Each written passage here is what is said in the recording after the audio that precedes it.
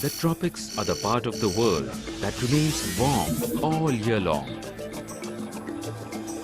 The forests of the tropics, called tropical forests, are dark and humid. They circle the globe in a ring around the equator 23.5 north and south and are classified by the greatest diversity of species. Tropical rainforest is the best known type of tropical forest, and it flourishes in places that are warm as well as rainy throughout the year. These forests are found along the equator where days and night are equal. Flow of air comes from the poles towards the equator. These winds are filled with moisture, and the intense heat at the equator causes the moisture to rise, cool, and then condense to create rain. It becomes a continuous cycle. As a result, it rains here almost 24 hours a day. It is an ideal weather for plants, which not only allows them to keep their leaves but also gives an opportunity to continuously grow. In addition to these large varieties of plants, it also inhabits so many animal species that no one has ever tried to keep a record of them. Tropical rainforests occupy a large area in northern South America, Central Africa, and Southeast Asia. Rainy mountains, islands, and coasts throughout the tropics have patches of rainforest spread over their landscape. Other than the tropical rainforest, there are these seasonal tropical forests that have one or more wet seasons followed by a long period when it hardly rains. Even though few tree species are found here, the wildlife still is very rich.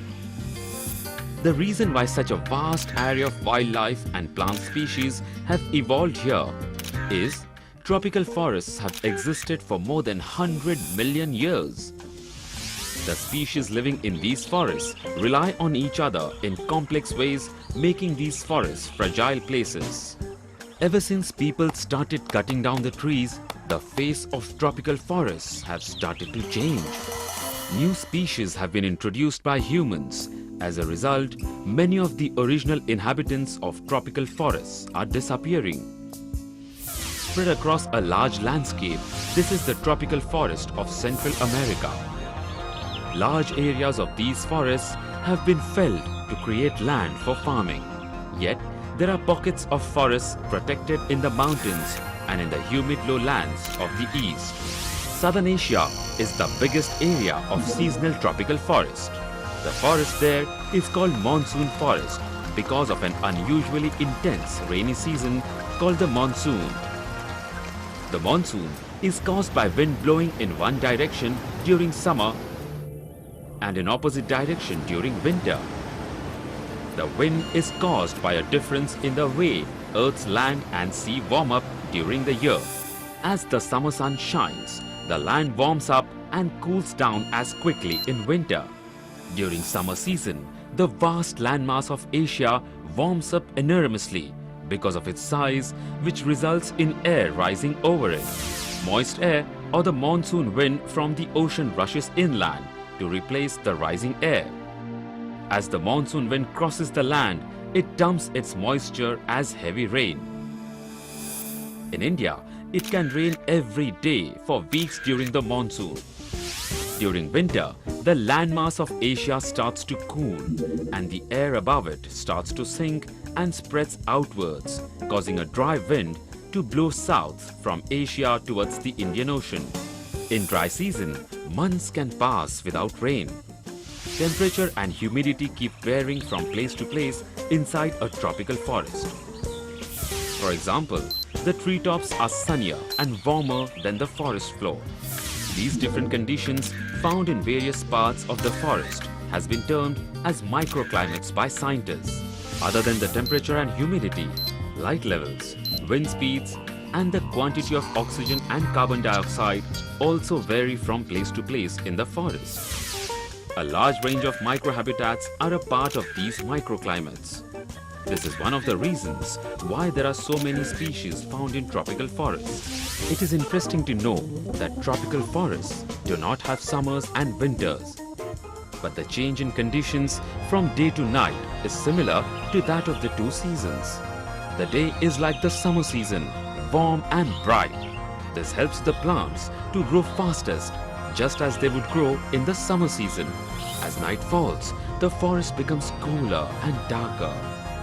Most of the plants are not able to grow, and the condition is similar to winter. There is a vast difference between the temperatures at night and during the day, and it is larger than the difference between the average temperatures in January and July.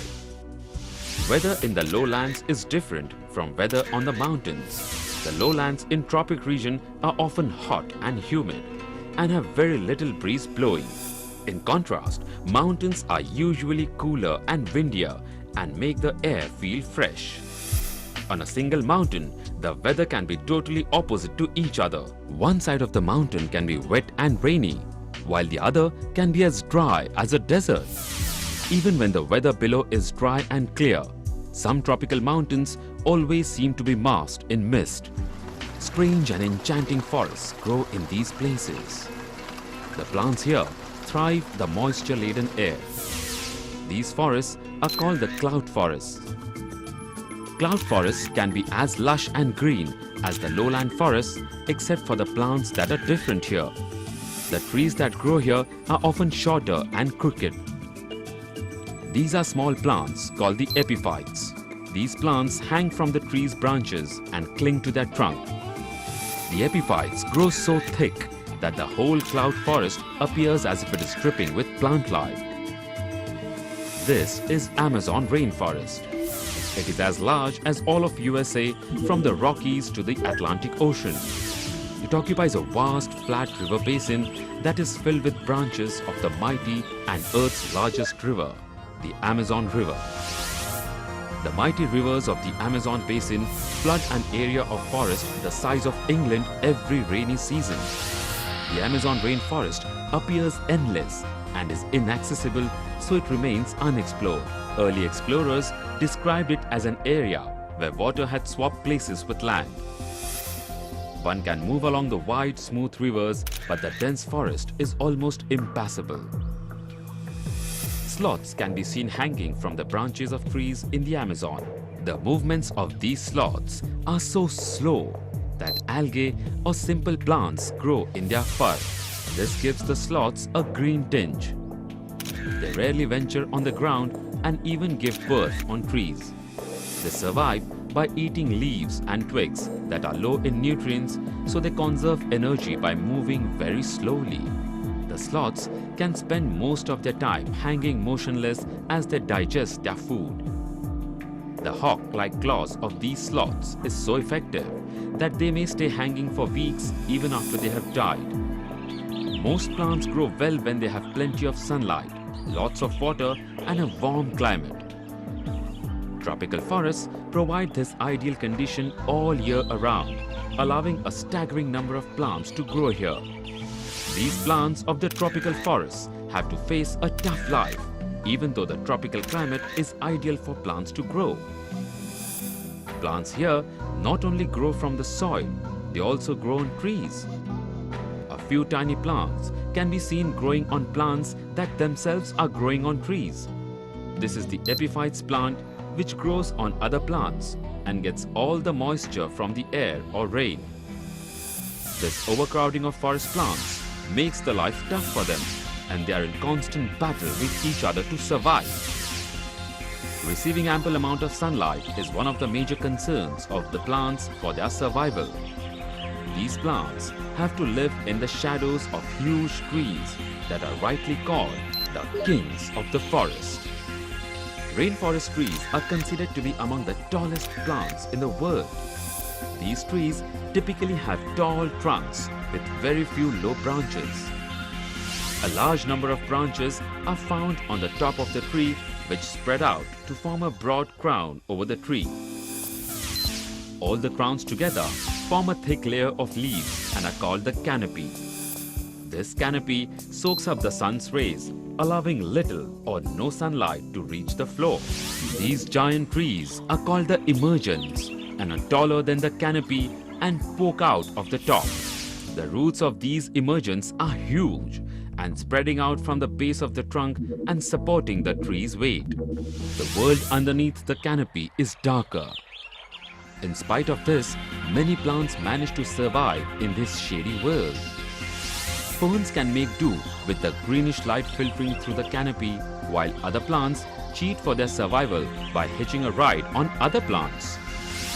These plants that grow on other plants are known as epiphytes. They grow by sprouting and taking roots in the nooks of the trunks and branches of trees. This way, they come much closer to the sunlight than the plants that grow on the ground. The plants that do not sprout in the canopy climb to get to the sunlight. The roots of these epiphytes stick to the bark of the tree and the plant grows steadily towards the sunlight. As the ends of the roots die, the whole plant creeps gradually up the tree. The movement of these plants can be compared to that of a slow-moving snail. This is another climber plant called the lianas. It starts from the ground and then leans on the tree for support. They do not have a need to produce trunk of their own, and their wire-like stems quickly shoot up and reach the canopy. Once they reach the canopy, they grow a crown that can be as big as the tree supporting them.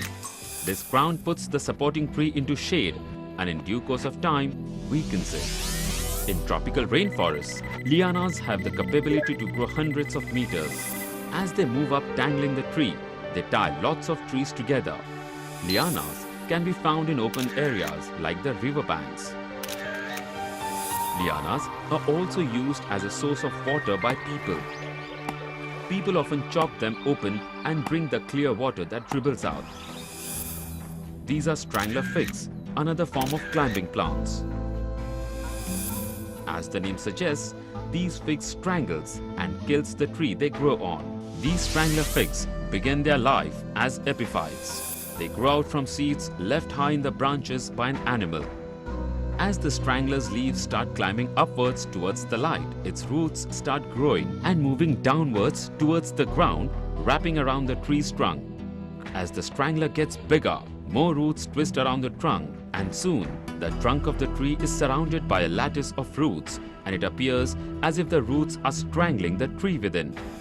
Up above, the strangler's crown grows so big that it casts a huge shadow over the tree. As a result, the tree is deprived of sunlight and ultimately dies. The trunk of the dead tree rots, but the strangler keeps standing. The network of roots of the strangler forms a hollow trunk which is strong enough to hold the mature crown above. Plants usually have to face a challenge of getting water. But when it comes to rainforest, the challenge can be opposite. Here, the trees have to cope up with frequent rains. The downpour allows too much water to collect on the leaves. As a result, it weighs down the branches.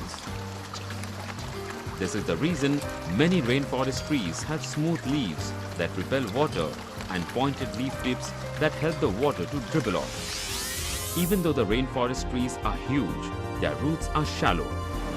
This makes them prone to fall over during storms, so that some of the trees have stilt-like roots that help them prop up. In spite of being shallow, the roots of a rainforest trees spread widely from the base of the tree. As we have seen, epiphytes do not start their life on the ground, so it is important for them to get water from somewhere else. Many epiphytes have roots that collect water from the rain dribbling down the trees, while many can absorb water from the humid air. Most of the epiphytes have thick leathery leaves or swollen stems to store water. Some epiphytes are also parasites. They live by stealing food and water from another plant. These parasites drive their roots deep into the host tree and tap into the veins for food. While there are some parasites that have their own leaves for making food, but other than light and water, plants also need chemicals called the nutrients for their survival. They get these nutrients from the rotting animals and plant remains from the soil. The tropical forest soil is formed from the animal droppings, dead leaves, fragment of woods and dead animals. The insects, fungi and bacteria break this mixture down and turn it into a damp compost. In the process, the nutrients are released. As the tropical forests are often more warm and wet, the rotting matter is broken down very quickly. The nutrients released are absorbed by the trees almost as soon as they are released. This results in the soil of tropical forests being shallow and low in nutrients. It is important to note that if rotting matter was not replacing the consumed nutrients at a regular interval, then the soil would soon run out of nutrients and then nothing would grow in tropical forests. Epiphytes have to manage to get the nutrients from high in the trees. Some collect falling bits of debris which slowly build up to a thin layer of soil.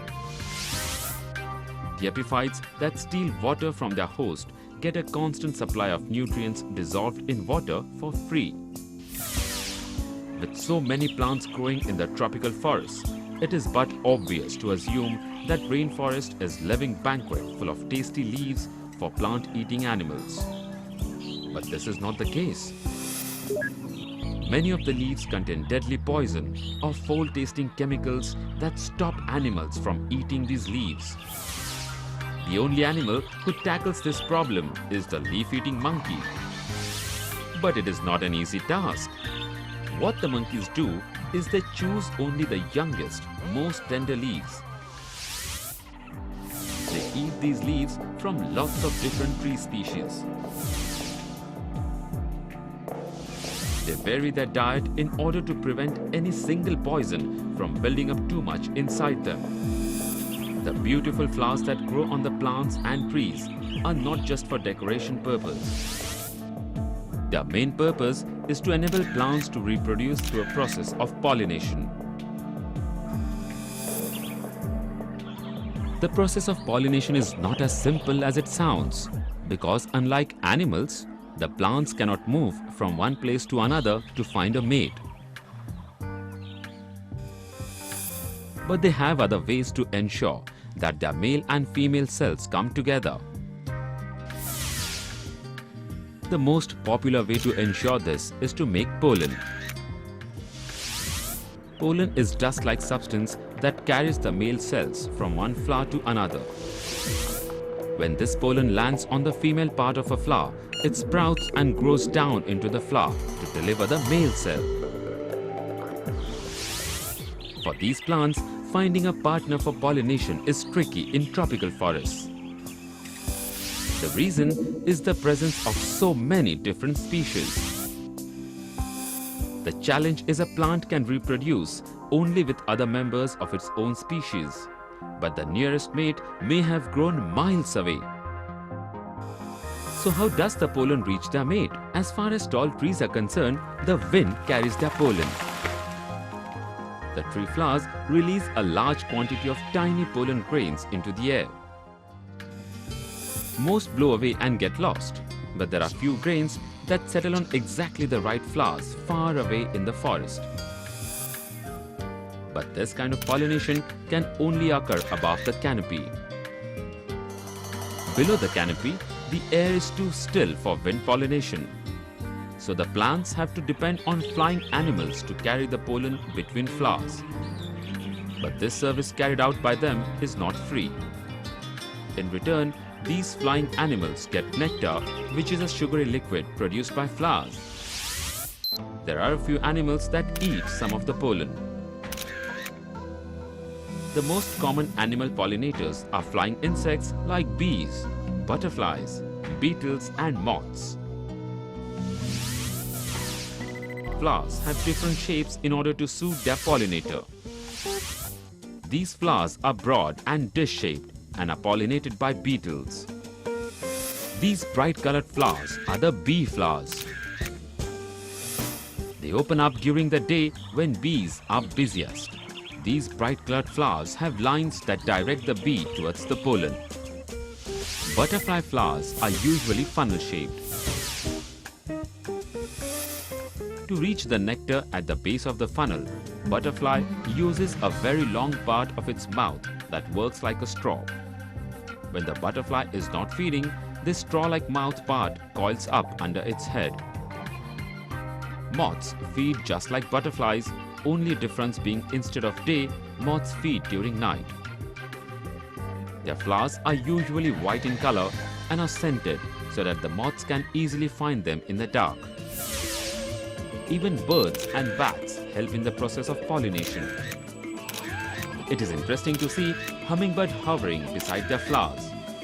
They flap their wings up to 70 times a second to keep themselves perfectly still as they probe for nectars with their bills. As bats feed during night, their flowers are often pale with musty scent. Most of the bat flowers have a shape like brushes. When a bat visits the flower, the brush gives its chest a dusting of pollen. Many birds and bats are too big to fly into the middle of a plant. As a result, their flowers are located on the outside of the plant. An example of this kind of flower is the banana flower that is pollinated by bats.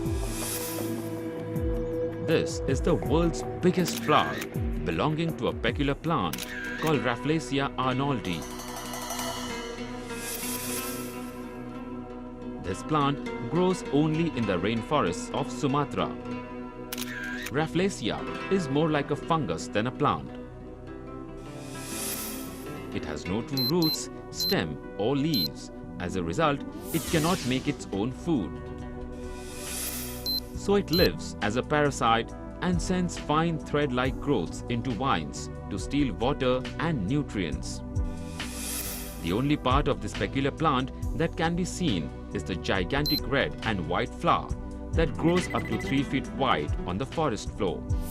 Just like the plant, the flower is also weird and smells of rotting flesh, attracting flies that normally lay eggs on dead animals. These flies are tricked by the foul stench of the flower and without knowing pollinate the flower. After the seeds are formed, the main challenge the plants face is spreading their seeds. The seeds cannot be just dropped onto the ground. If this happens, then the young plants would end up crowding each other and competing with themselves and the parent plant for sunlight, nutrients and water. To avoid this challenge, most plants have devised ways of dispersing their seeds. Through these ways, even though many seeds go waste in the crowded forest, a few stand a good chance of finding just the right place to start life. One of the interesting ways found by the tallest trees is to produce seeds with wings. This makes the seeds spin around in the air and slows their fall. These seeds, released from high treetops, can travel a long way on the breeze. Other tropical forest plants have a different strategy to spread their seeds. They bribe the animals to carry the seeds away. This is done by enclosing the seed in an edible fruit. Animals eat these fruits, swallowing the seeds, and then move away into the forest. When the seeds pass out of the animal's body in the form of droppings, they are far away from the parent plant. These seeds land on the ground in a heap of droppings that is a perfect fertilizer for the young plants. Durians are large, spiky fruits that look like giant horse chestnuts. The flesh inside the durian fruit is sweet, but the fruit itself has such a disgusting, rotten smell that it is banned from many restaurants in Southeast Asia where durian trees grow. But in forest, the powerful smell attracts orangutans, tigers, and many other animals. These animals eagerly devour the custard-like flesh. The seeds produced by plants enable them to spread to new places. While there are some tropical trees that can spread from where they stand, they can do this by growing sideways. A typical example of such tree is the banyan tree. It is a native of tropical Asia. The banyan tree produces aerial roots that grow down from its branches, and on reaching the ground, they become new trunks. A single banyan tree has the capacity to spread indefinitely this way and can turn into a thicket or even a small forest. Once a seed has taken root and sprouted into a sapling or a baby tree, it faces a new challenge of lack of light. The floor of a tropical forest is dark and gloomy, making it almost impossible for the saplings to receive sunlight for their growth. Many trees have developed a solution for this challenge. What they do is, after growing a few meters tall, they top their growth. They can wait for years like this by absorbing just enough energy from the dim light to keep themselves alive. Their big chance comes when a big tree falls down and creates a gap in the canopy. This gap allows the sunlight to flood the forest floor. Once the gap is created, the saplings race upwards in a fierce contest to fill the empty space. But not all plants win in the competition. Only one is able to make it to the top and the gap disappears. There are some small plants that grow only in gaps. They flower and set seeds quickly before the forest closes in again. The seeds then lie ready in the soil for the next gap to form. Lying in a vast river basin straddling the equator in Central Africa, this is the Congo rainforest. The heart of the forest comprises of unspoiled wilderness. Rivers and occasional clearings break the canopy. The swampy clearings or the bayous of the Congo region are no less than magnets to the wildlife, attracting forest elephants and lowland gorillas. These animals visit the place to eat roots, grass and minerals. These swampy clearings allow scientists to study the animals before they melt back into the forest. Most of Africa's rainforest is in or around the Congo basin, but some parts of West Africa too is home to rainforest. The central part of the Congo rainforest is so swampy and difficult to reach that it remains almost untouched by loggers and farmers. Yet, deforestation by farmers and loggers is a growing problem in outer parts of the Congo basin. One of the most interesting animals to inhabit the Congo rainforest is the bonobo or pygmy chimpanzee. These chimpanzees live only in the south of the Congo River. Even though it is called pygmy chimpanzee, it is no smaller than its cousin, the common chimpanzee. Scientists are of the opinion that bonobos are descended from a group of chimpanzees that crossed the Congo River from north to south some 1.5 million years ago. They were isolated by the river and its swamps and thus evolved separately. It has been found that common chimpanzees live in aggressive and male-dominated societies. The males form gangs and sometimes wage war on rival groups. In contrast to them, the bonobos live in more peaceful, female-dominated societies.